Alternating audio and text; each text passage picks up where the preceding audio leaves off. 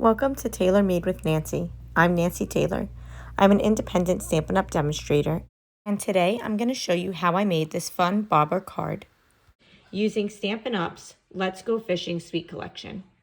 You can find out more about the suite on pages 78 and 79 of the new annual catalog. This is the third video in our virtual workshop. This one is another card that should look familiar to you. It is very similar to the card that is in the annual catalog. And to make this card, which I'm calling our bobber card, we are going to start with half a piece of Pebble Path, and we are going to cut a 5 1/4 by 4 inch piece of the coordinates DSP.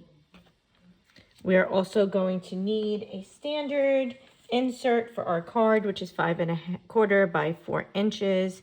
And we will also need a scrap piece of white about 2 1/2 inches by 1 inch for stamping our sentiment. And a 2 by 2 to do our bobber if you haven't already stamped your bobber. We covered some of the different color options and stamping techniques in the first video in the virtual workshop. Hopefully you have your bobber left over from that. For this bobber, I use Smoky Slate and Poppy Parade. Finally, you will need 2 4 inch by 2 inch pieces of both Misty Moonlight and Boho Blue. And that's going to be for our waves. So let's get started making our third card. So the first thing you're going to do is take your half a piece of Pebbled Path and store it right in the middle, which is at 4 1/4. So you're going to fold that in half. If you have your bone folder, which I sadly do not, go ahead and use your bone folder to get a nice crisp edge. The next thing we're going to do is, before we forget, since I know we forgot with the last card, let's go ahead and put our inside piece inside. So take your 5 1/4 by 4 inch piece of basic white and use your adhesive and go ahead and position that inside the card. Okay. Next, you're going to take your 5 1/4 by 4 inch piece of coordinates DSP, and you're going to use adhesive to put that on the front of the card. You may want to look at the pattern that you have and figure out which way you want to put it, knowing that the bottom is going to be covered up. So I'm going to go ahead and put the little landmass underneath. If you're using glue, you want to be sure not to put it too close to the edge so that you have a little more wiggle room to move it around. And keep in mind that we will be attaching a string to the upper right-hand side of the paper later, so you may want to leave that part of the paper free from glue so we can peel it back. But it is handmade, so it's not always going to be perfect. If you're going to err on the side of putting it too high or too low, it's better to put it too high, because we're going to definitely cover up this bottom with our waves. So the next thing we're going to do is you're going to take your scrap white, and if you are doing the virtual workshop, this piece will already be cut out for you using the deckled rectangles. If you do not have that set and are stamping along at home, just go ahead and use a 2 1/2 by 1 inch piece of basic white to stamp your sentiment.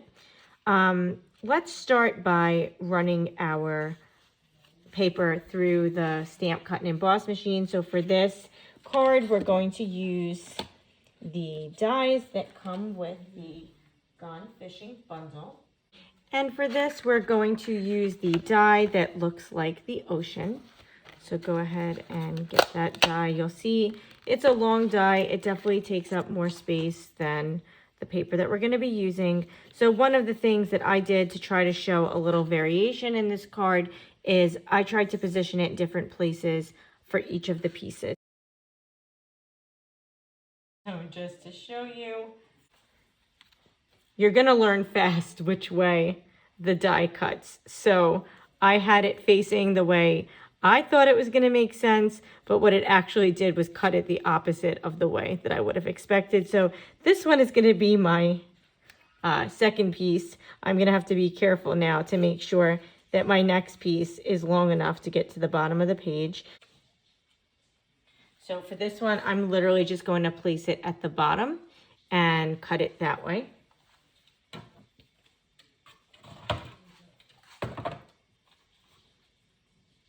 And I'm going to position it this way to go through the machine as opposed to straight up and down.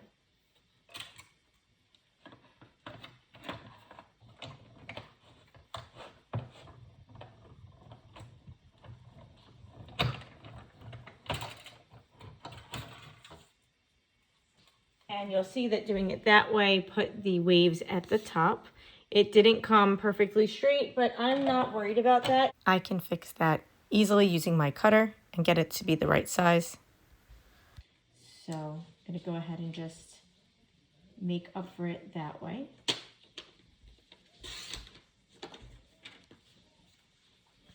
And so starting off, just kind of piecing it together and getting an idea as to how it looks and as to how you might want to put it together. We basically just want to line up this piece with that DSP so that we're coming just about up to the edges of the DSP. And next we're going to take our boho blue and we're going to once again position our die so that we are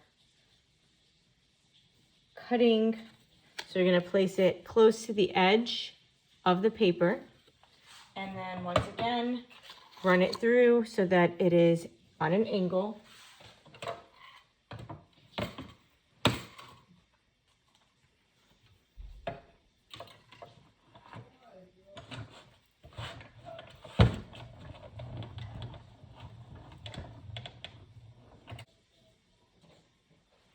And you're going to want to do that twice so that you have two pieces that have the embossed image.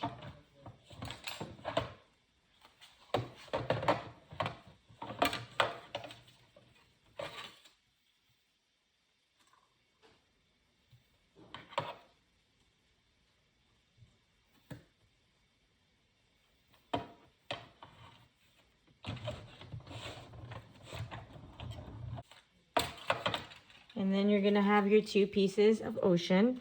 And how we're going to start is we're going to start with basically kind of just positioning it and figuring out where we think things are going to go. And then going about halfway to make sure that you get it as high or as low as you want to go. So I'm going to kind of just start. And let me see, do I have a ruler? That might be helpful as I knock everything onto the floor. So for mine, I went to about 2.5 inches as the top, but that's just where I decided to start. You can totally do it a different way. And go ahead and use whatever your adhesive is.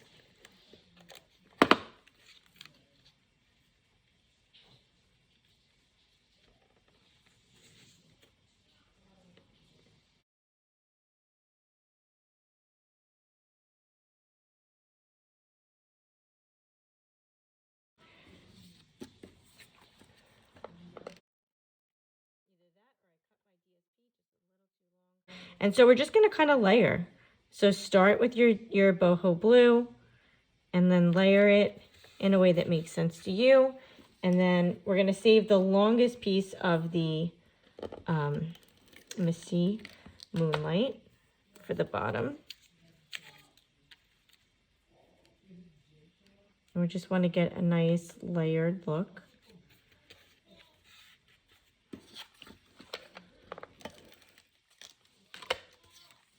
And then finally put our last piece on. And this is where you can kind of make up for it if you wish that you had put your DSP just a little bit longer on the page. You can go ahead and slide that down just a little bit. And then next we're going to take our piece to use our sentiment. And as I mentioned for this one, I use the deckled rectangles. I'll make a different one for this one. I'll just use a standard piece for those of you who are stamping along at home. For this card, I used a sentiment from my previous favorite stamp set for making cards that are masculine, which is He's All That. I used Wishing You a Happy Father's Day. But the nice thing about this is that in the current stamp set, you should still be able to fit a different sentiment if you want to use a different sentiment. If you want to make this a retirement card, I think that this is one of those cards that would probably make a really awesome retirement card, and it definitely will fit on that. You're not going to be able to fit the full Happy Father's Day one on this, but you do have options, and I think there's enough space at the top of the card where you can kind of play around with what you like. But just keeping with consistency, I'm going to go ahead and use the Happy Father's Day stamp that I used for the original. Go ahead and get that blocked. And for this card, I went ahead and used Pecan Pie to stamp my sentiment. You can use a different color if you like that better. I just really liked the way that the colors look together.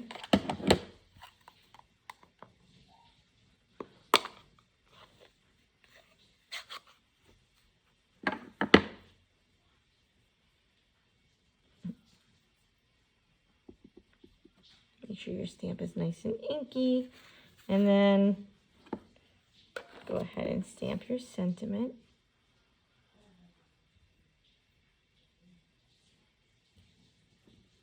There you go.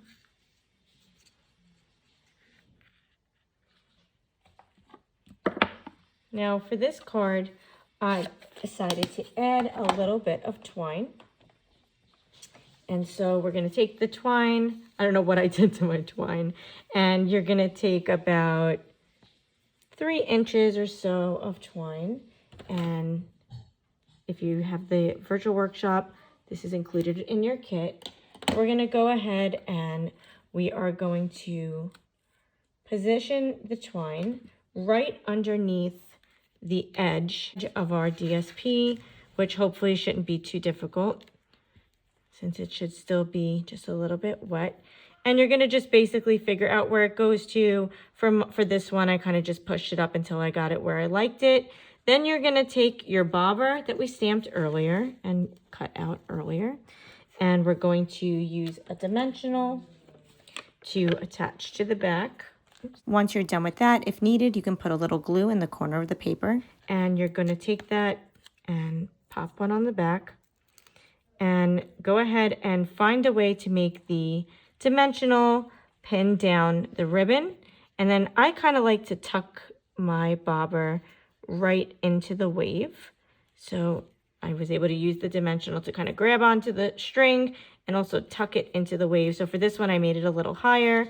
And then go ahead and find your adhesive, and we're going to use adhesive on the back of our sentiment. If you want to pop yours up on dimensionals, that's fine too. I'm going to just position mine in the middle and keep it kind of flat so that the bobber, it kind of is the 3-dimensional image. And there you go. That is card number 3. Easy and done.